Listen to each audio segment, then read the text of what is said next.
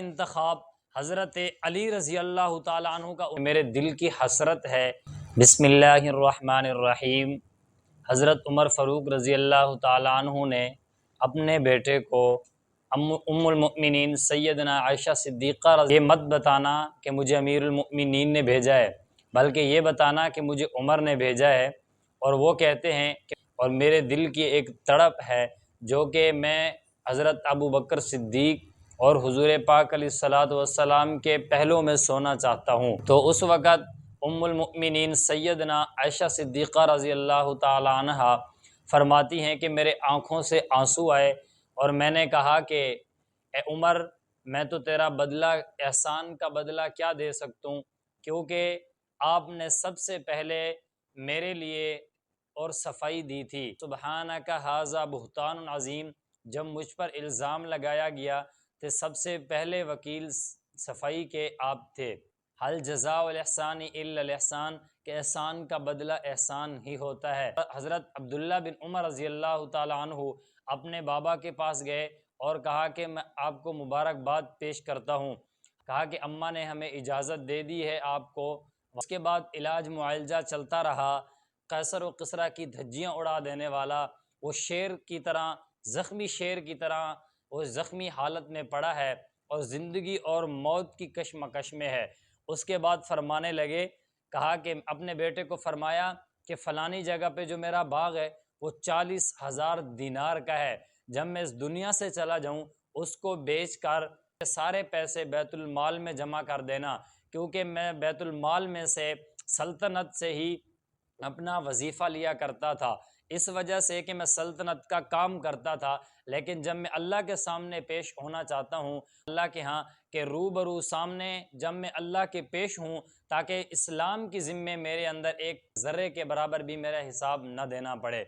اس کے بعد وہ سارے باغ کو بیچ کر حضرت عثمان غنی رضی اللہ تعالیٰ عنہ جب خلیفہ بنے تو جب ان کو پیش کیا گیا تو حضرت عثمان غنی رضی اللہ تعالیٰ عنہ کی آنکھوں سے پانی آیا، اور اس کے بعد حضرت علی رضی اللہ تعالیٰ عنہ ساتھ کھڑے تھے، انہوں نے ایک جملہ فرمایا، کہا کہ اے عمر، آپ تو چلے گئے ہو لیکن آنے والوں کو مشکل میں ڈال گئے ہو، کیونکہ تیری طرح عدل کون کرے گا۔ اس کے بعد حضرت علی رضی اللہ تعالیٰ عنہ فرماتے ہیں کہ ایک مرتبہ کہ میں جا رہا تھا اور حضرت عمر رضی اللہ تعالیٰ عنہ پاؤں کے اندر جوتی نہیں، سر پر پگڑی نہیں، پھٹے ہوئے کپڑے انہوں نے پہنے ہوئے جا رہے ہیں، تو میں نے حضرت عمر رضی اللہ تعالیٰ عنہ سے پوچھا کہ آپ کہاں جا رہے ہیں اور کیا کر رہے ہیں، اتنی دھوپ ہے؟ کہا کہ بیت المال میں سے ایک اونٹ نکلا، وہ باہر کی طرف نکل آیا، جس کی وجہ سے میرا غلام سو رہا تھا،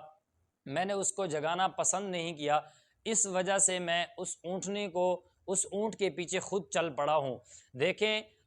اس وقت کے خلیفہ بھی ہیں اور امیر المؤمنین ہیں، جو ہواؤں کو کنٹرول کرتے اور دریاؤں کو خط بھجاتے، اور جو زمین ہلنے لگ جاتی اپنا وہ درہ اس زمین پہ مارتے تو وہ زلزلہ رک جاتا، وہ حضرت عمر رضی اللہ تعالیٰ عنہ ایک اونٹ کے پیچھے جا رہے ہیں۔ کہا اس وجہ سے جا رہا ہوں کہ کل قیامت کا دن ہوگا، حضرت عمر رضی اللہ تعالیٰ عنہ سے اس کے اونٹ کے بارے میں سوال نہ ہو، اس وجہ سے خدا سے ڈرتے ہوئے میں اس وجہ سے اپنی پوری ڈیوٹی دے رہا ہوں۔ اس کے بعد حضرت عمر رضی اللہ تعالیٰ عنہ نے کمیٹی بنائی اور کمیٹی کے اندر 6 آدمیوں کو سامنے بٹھایا، اور 6 میں سے پہلا انہوں نے کیا، اور دوسرا انتخاب حضرت عثمان غنی رضی اللہ تعالیٰ عنہ کا کیا، اور ان میں سے 4 آدمی وہ جلیل القدر صحابی رسول تھے، وہ صحابی جن کو عشرہ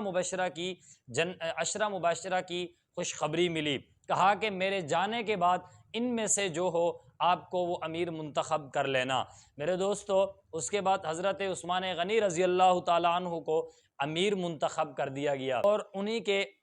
جانشین حضرت صہیب رومی، وہ جانشین امامت کے لیے ان کو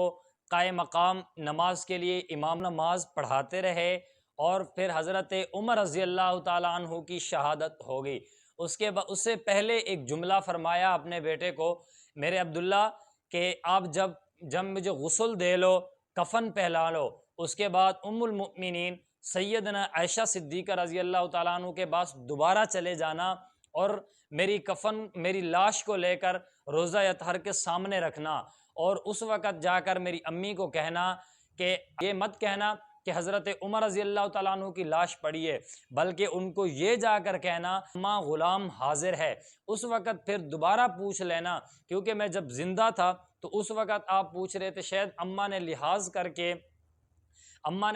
کر کے مجھے جگہ دے دی ہو کہ عمر کیا کہے گا، اس وجہ سے دوبارہ پھر پوچھ لینا، تاکہ سیدنا عائشہ صدیقہ رضی اللہ تعالیٰ عنہ کو جب یہ بتایا گیا، اس کے بعد پھر حضرت عائشہ رضی اللہ تعالیٰ عنہ کی آنکھوں سے پانی آ گیا۔ کہا کہ اے عمر، تیری طرح عدل کون کرے گا کہ تو کسی کی زمین پر قبضہ نہیں کرنا چاہتا، کسی کی زمین پر زبردستی تو نہیں جانا چاہتا۔ ماں اگر اجازت دے دے تو مجھے دفنا دینا، اگر وہ اجازت نہ دے تو مجھے جنت البقیع میں جا کر دفنا دینا۔ اس وجہ سے حضرت عائشہ صدیقہ رضی اللہ تعالیٰ عنہ نے حضرت عمر فاروق رضی اللہ تعالیٰ عنہ کو اجازت دے دی، اور آج بھی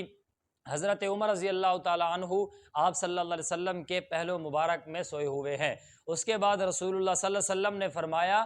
کہ جب